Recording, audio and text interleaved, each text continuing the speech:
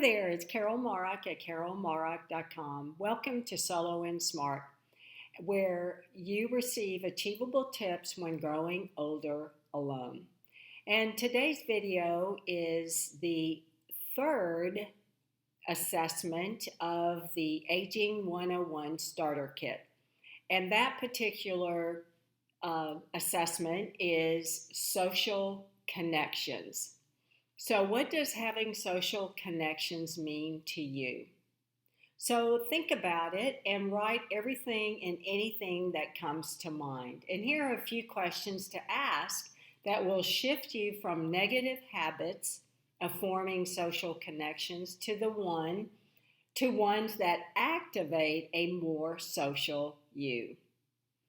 So the first question is, what choices will I make today to support my social network? Have I left the house today? If I have left my home, or if I have not left my home for a few days, where is one place I can go right now that makes me feel connected and not alone? Do you answer the telephone? Do you reply to emails and text messages? Have you gotten together with friends or family socially? How often do you give excuses to bail out of plans or to cancel on them? So those are a few things to think about when you're wanting to create more social connections. It really gives you a quick overview of maybe some of the habits that you would like to change.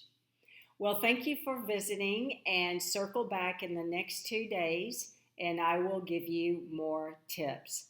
Please subscribe to this YouTube channel, like this video, and I will see you later. Thank you.